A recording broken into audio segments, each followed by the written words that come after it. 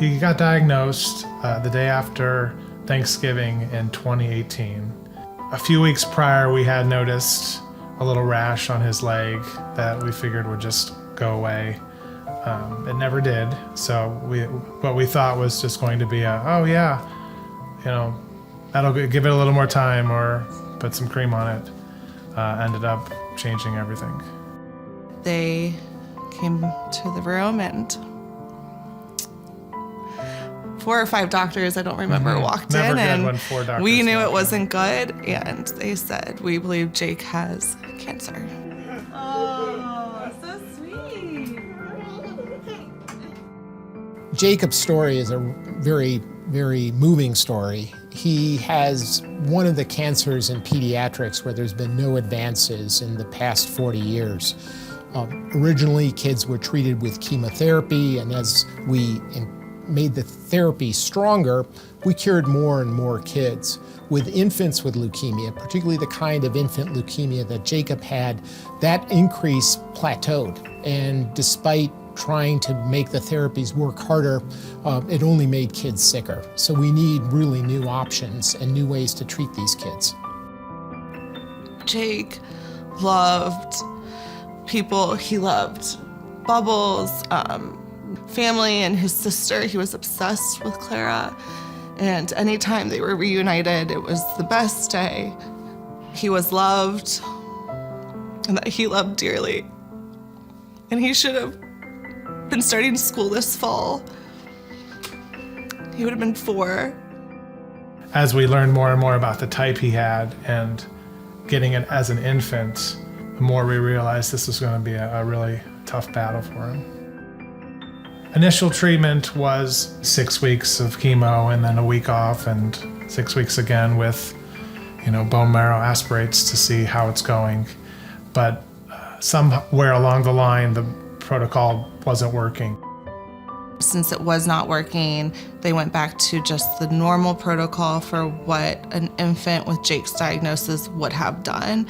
That included really harsh chemos like methotrexate, and it took a toll, and honestly, he wasn't responding to that either. So that really changed a lot for us. And so they came to us and asked if we'd be willing to think about trying to harvest Jake's cells for CAR T therapy, which was new. It still is new, but they had never done it on an infant before. So I think a lot of people were watching to see, is this gonna work? Could this be another option for infants? And it did work. And initially it did work. Yeah. Jake did really well with it, and he was in remission, and we came home, had a very normal life. It had so much less side effects than chemo did. Yeah, the summer of 2019 was a good one. He was home and swimming, playing with his sister. It was a good summer. Yeah. What happened was his CAR T cells kind of went away.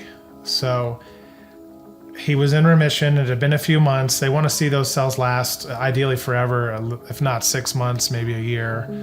They were gone, I think, in 3 months. And that came back that his leukemia was back. So we were headed to BMT. And so he had a 10 out of 10 match. They were very excited about that. That was very exciting.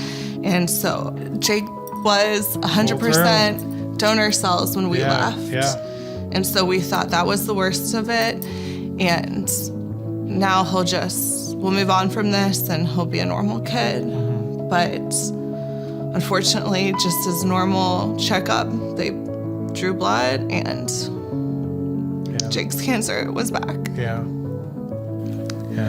Not only back, but it was in his blood, which is a sign that his bone marrow is doing very poorly. We tried a drug and he wasn't responding, and at that point we were actually out of options. Yeah. And so they let us take Jake home.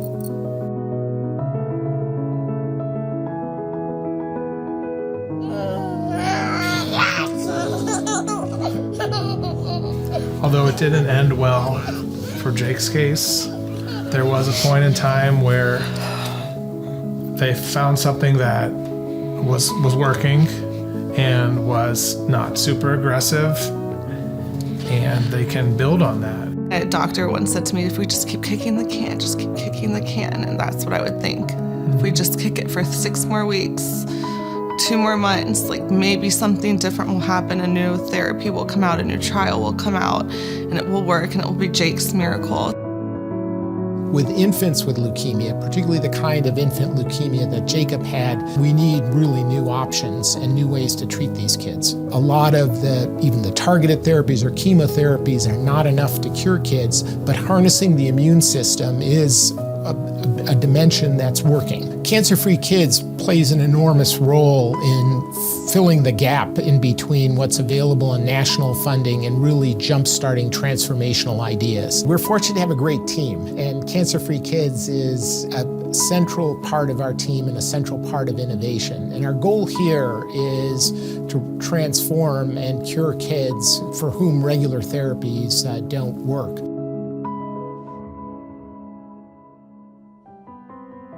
CancerFree Kids plays an enormous role in filling the gap in between what's available in national funding and really jump-starting transformational ideas. The national funding helps us incrementally make things better, but that's basically a tortoise and hare race that goes over decades and decades. CancerFree Kids' funding allows us to really look at transformational big leaps in how we think about cancer and how we think about treating it.